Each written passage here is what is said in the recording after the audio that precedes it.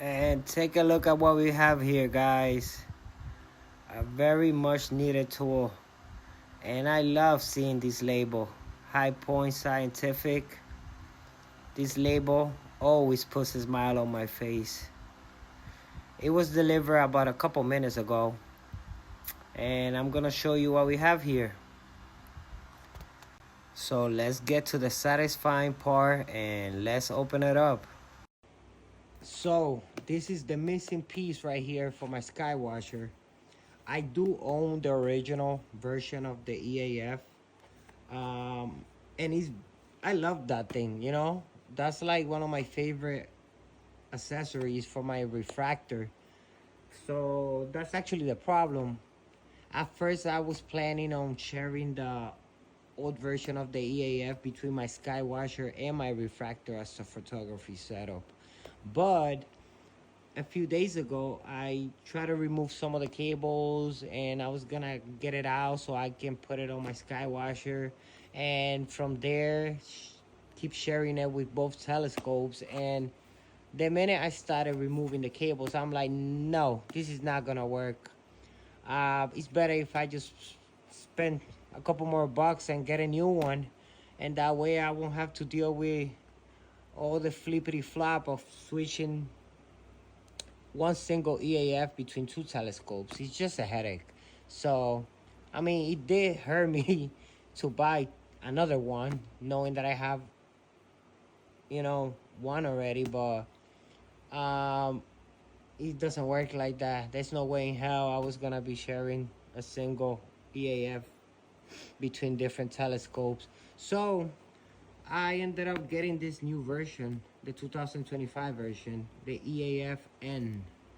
And as might as well, I ended up getting the new one so that way, you know, I'll keep the old one on my refractor and I'll get to try this one on my sky washer, which I'm excited about, and kill two birds in one stone, you know, save myself some headaches.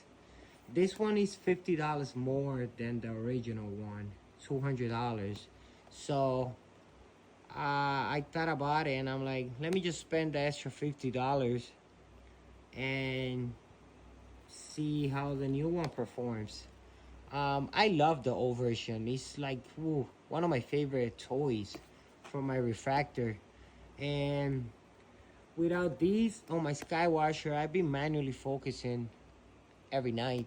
And yes, I eventually get the focus on point, but sometimes it's a headache, you know? And even with the dual speed focuser on my sky washer, is in the dark is a headache sometimes, you know? And it takes some time. That's a lot of time that I can save myself. And just because you know, I'm able to manually focus, that doesn't mean that it comes out perfect every night. Sometimes it comes out perfect. Sometimes I just gotta roll with however it's working every night. But with these, you can install this to whatever software you're using. Could be Nina, SharpCap, Fire Capture, obviously the ASI Air, and it does the work for you, you know. And you get perfect focusing. Especially this new version, I heard great things about it. I heard the precision on the way you focus is top notch. So I'm excited about this. Let's open it up, guys.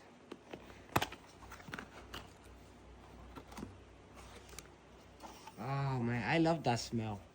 The scent of the ZWO produce. I love it.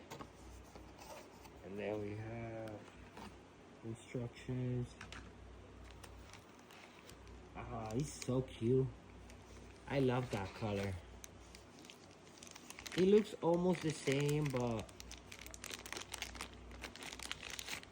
this part right here is black instead. So I'm gonna be installing this right about now, and I'll post pictures. I'll post some pictures, see how it comes out. So yeah, I'll see you guys later. Peace out. So now I got everything rolling, and take a look, guys. And here it is, guys. It's done and just finished setting it up. It was pretty smooth to install. Came out pretty neat. I'm excited now and can't wait to try it in the field. This is gonna be crucial for planets, especially Jupiter, which is almost here for us to observe, and I'm excited to see what it can do. So let's take a look at what we did, guys. So here I have it on the right. So to install it, first I flipped the focuser because this should have been here and this should have been here, but because of the balance, it's gonna be better for me to balance. Like this right here is under a pound, so that's more weight that is gonna be add up. So being in this side is a lot better to keep the balance nice and precise the way I have it without disturbing any of my previous balance. So yeah, another thing too is the finder scope, the telegraph finder right here.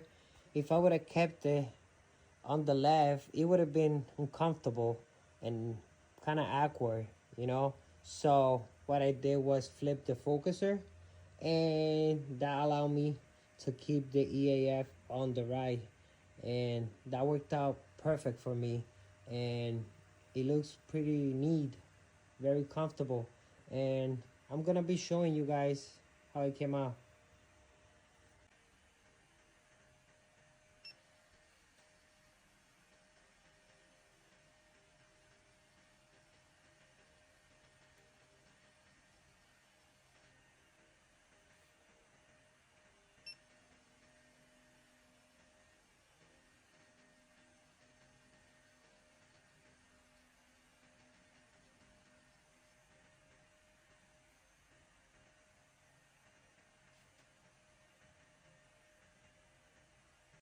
So the good news are I don't gotta even think about getting the previous EAF out of my refractor setup.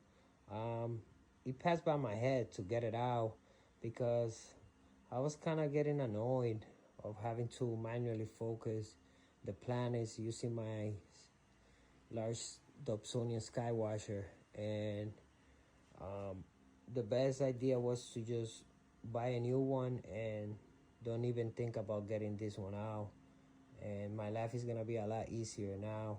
No more manually focusing on planets with my Dobsonian. Especially that this is the new version of the EAF, so I heard great things about it, and it's gonna be crucial, like I said, for planets. Um, Not having to be touching the focuser, especially at high magnification when I'm observing the planets. Any little touch, it doesn't matter how slowly, gently you touch the focuser, it's always gonna be tough to manually focus on planets or any objects in general. Um, but yeah, I'm happy and excited, and I'm looking forward to my first light when I get this thing out in the field and try it out. This is it, guys. I'll see you in the next one.